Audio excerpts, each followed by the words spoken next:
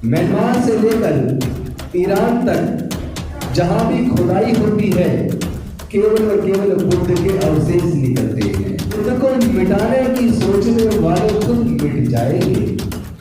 मैं उनकी जैसी नफरत वाली भाषा तो नहीं बोल सकता, मैं उनको मिटाने की बात तो नहीं कर सकता, पर इतना जरूर मैं विश्वास के साथ कह सकता हूँ कि पूरे दुनिया बुद्ध की ओर चल पड़ी। युवा चाहे वो आप कावड़ में भी देख लीजिएगा, अभी शुरू हो रही है, उसमें जितने भी गाते हैं वो दलित पिछड़े आदिवासी समाज के लोग अज्ञानता बन जाते हैं, 10-15 दिन तक अपना पढ़ाई और रोजगार छोड़ते हैं। पूरा नुकसान हमारे समाज का है। जहाँ दंगे होते हैं, मारा भी हमारा आदमी जाता है, मरवाया भी हमारे लोगों से जाता है, जेल भी हमारा आदमी जाता है, बर्बाद भी हमारा समाज होता है। दंगे करवाने वाला राज करता है।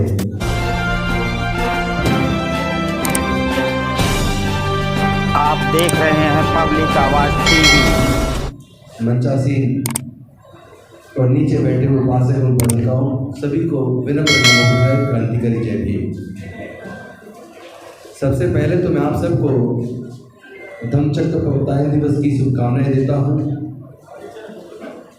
आज ही के दिन तथागत बुद्ध ने पंचवर्गीय भिक्षुओं को वो ज्ञान दिया जिसको पाने के लिए उन्होंने बहुत कठिन तपस्या की थी। तो वो ज्ञान क्या था वो तो भंते जी और भंडारी जी बता चुके हैं, मैं उसको रिपीट नहीं करूँगा। लेकिन एक बात जरूर कहूँगा, तथागत बुद्ध का मार्ग करुणा का मार्ग है, शांति का मार्ग है, मानवता का मार्ग है, प्रेम का मार्ग है। लेकिन कहीं हमारे बीच से करुणा खो गई है, प्रेम खो गया है। हम लोग आपस में भी लड़ने लगे हैं, बहुत जल्दी गुस्सा हो जाते हैं। और उपासक तो छोड़ो, हमारे बौद्ध भिक्षु भी बहुत जल्द गुस्सा हो जाते हैं। ये आचरण बुद्ध के धर्म के विपरीत है। मैं आप सबसे निवेदन करता हूँ, आप लोग अपने अंदर करुणा लाइए, प्रेम पैदा कीजिए। और प्रज्ञा पर आधारित ज्ञान की बात बुद्ध का धर्म करता है। लेकिन कहीं न कहीं हमारे बीच भी कट्टरपन बढ़ रहा है। कट्टरपन बुद्ध धर्म की निशानी नहीं है। भारत की पहचान पूरे दुनिया में बुद्ध से है, क्योंकि पूरी दुनिया को शांति और मानवता का मार्ग बुद्ध ने दिया। आज कल से मैं थोड़ा चिंतित हूँ। 3 दिन मुझे सोए हुए हो गए। मैं लगातार पूरे देश में भ्रमण कर रहा हूँ। आप लोग जो फेसबुक सोशल मीडिया पे जुड़े हैं वो देखते होंगे। एक वीडियो कल मैंने देखा जिसमें एक नकली साधु जो साधु के भेष में है, वो कह रहा है कि हिमालय का रीजन जो है वो हमारा देवालय है। हम हिमालय रीजन में, हिमालय रीजन का मतलब हो गया उत्तराखंड, हिमाचल और जम्मू एंड कश्मीर, सिक्किम, लेह लद्दाख। वो कहता है कि ये हिमालय रीजन हमारा देवालय है। इस देवालय में हम किसी भी हिंदू से अलग किसी और को रहने नहीं देंगे। वो पैरेलल आर्मी बनाने की बात कर रहा है, वो मारकाट मचाने की बात कर रहा है। वो कह रहा है कि मैंने काली सेना बनाई है। हिंदू को छोड़कर उसने स्पेशली कहा चाहे बौद्ध ही क्यों ना हो, उनको भी हम यहाँ रहने नहीं देंगे। मैं ऐसे मूर्ख लोगों को कहना चाहता हूँ, पूरे दुनिया में तो भारत की पहचान बुद्ध के देश के रूप में है।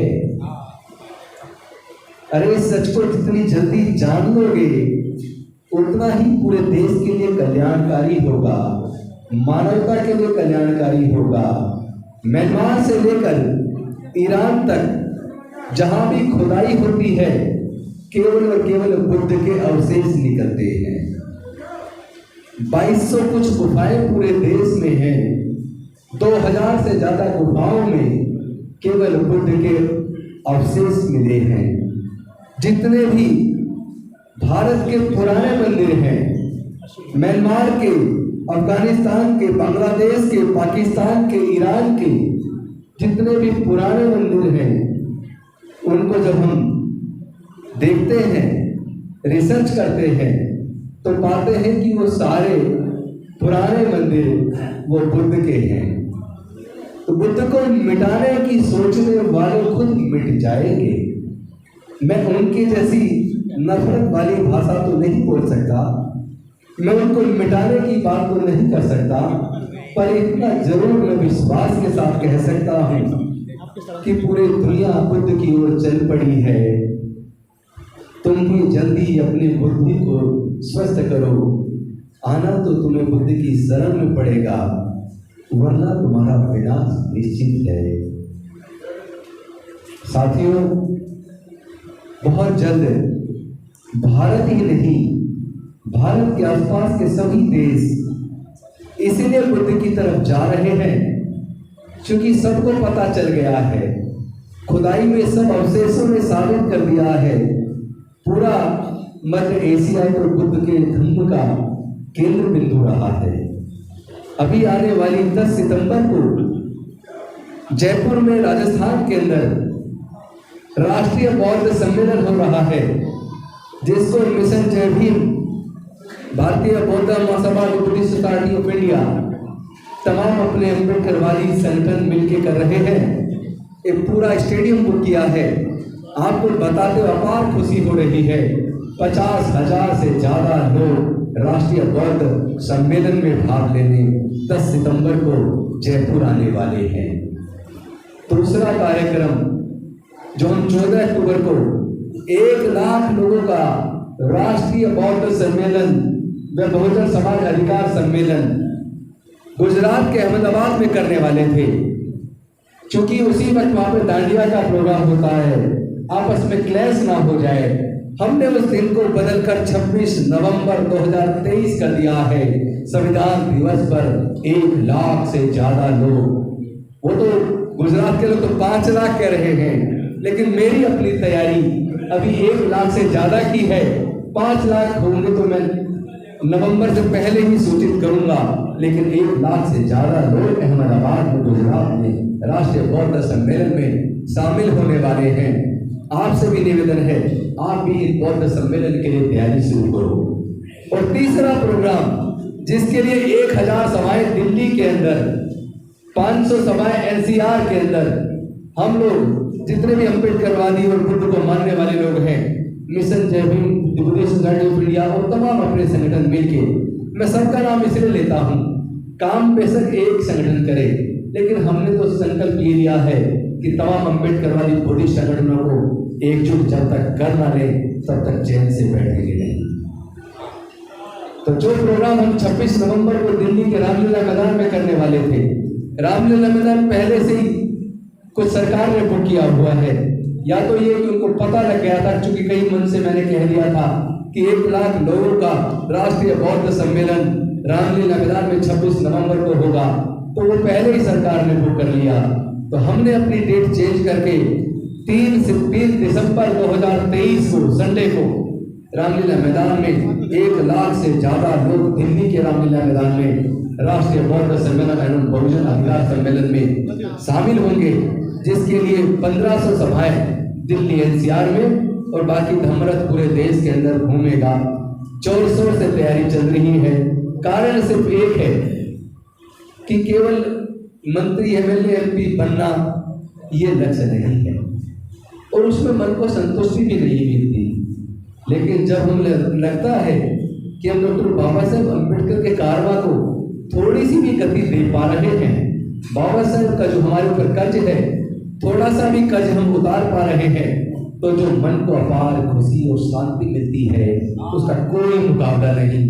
कोई बड़ी से बड़ी कुर्सी वो खुशी और शांति दे ही नहीं सकती जो बाबा साहेब के कारवा को आगे बढ़ाने पर मिलती है।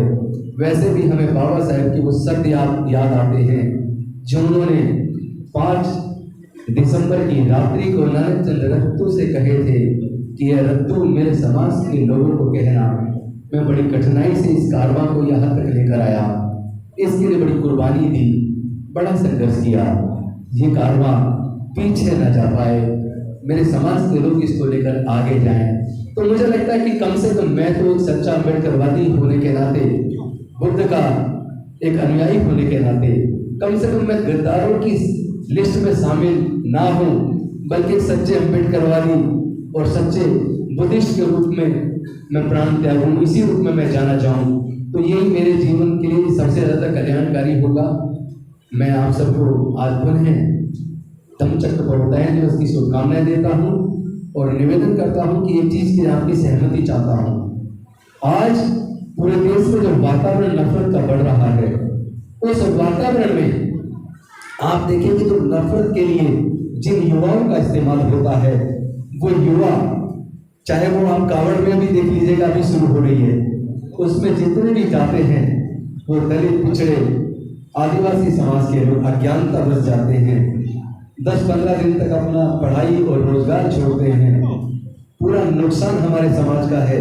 जहाँ दंगे होते हैं, मारा भी हमारा आदमी जाता है, मरवाया भी हमारे लोगों से जाता है, जेल भी हमारा आदमी जाता है, बर्बाद भी हमारा समाज होता है। दंगे करवाने वाला राज करता है, उससे हमें अपने युवाओं को बचाना है, गलत रास्ते पर जाने से उन्हें रोकना है, नशे के रास्ते से रोकना है। अष्टांगिक मार्ग से उत्तम मार्ग, कोई कल्याणकारी मार्ग दुनिया में हो नहीं सकता, उस मार्ग पर सबको लेकर आना है। लेकिन जिस तरफ देश की राजनीति जा रही है, उसमें देश का संविधान और देश का प्रजातंत्र खतरे में है। और अगर संविधान खत्म हुआ तो बहुजन समाज की गुलामी वापस आ जाएगी, जिसे हम किसी कीमत पर स्वीकार नहीं कर सकते। इसीलिए हमने संकल्प किया, चाहे the Buddhist society of India हो, चाहे भारतीय बौद्ध महासभा हो, चाहे समता सैनिक दल हो, चाहे बागसेफ हो, चाहे तमाम हमारे राजनीतिक संगठन हो, चाहे बसपा हो, चाहे भीम आर्मी हो, आजाद समाज पार्टी हो या हमारी दूसरी पार्टी हो, मेरा ये प्रयास रहेगा कम से कम एक मिनिमम एजेंडा तय करके, एक मिनिमम एजेंडे पर तो सब अपना ईगो त्याग कर कम से कम समाज के मुद्दों पर तो एकजुट हों। बेशक से अपने संगठन अलग चलाएं, बेशक अपनी पार्टी अलग चलाएं, लेकिन जहां भी समाज का मुद्दा आए उस पर एकजुट होकर पूरी ताकत और शक्ति के साथ हम अपने समाज की लड़ाई को लड़ें। इसलिए सबको एकजुट करने के लिए मैं पूरे देश में जाकर प्रयास कर रहा हूँ और मैं उम्मीद करता हूँ कि आप सबका सहयोग मिलेगा। अगर मैं अच्छा कर रहा हूँ तो केवल अपनी जगह बैठे हुए 3 बार साधु साधु साधु कह दो तो मेरा ये काम जो है वो सफल हो जाएगा। बहुत बहुत धन्यवाद। नमो बुद्धाय। जय भीम।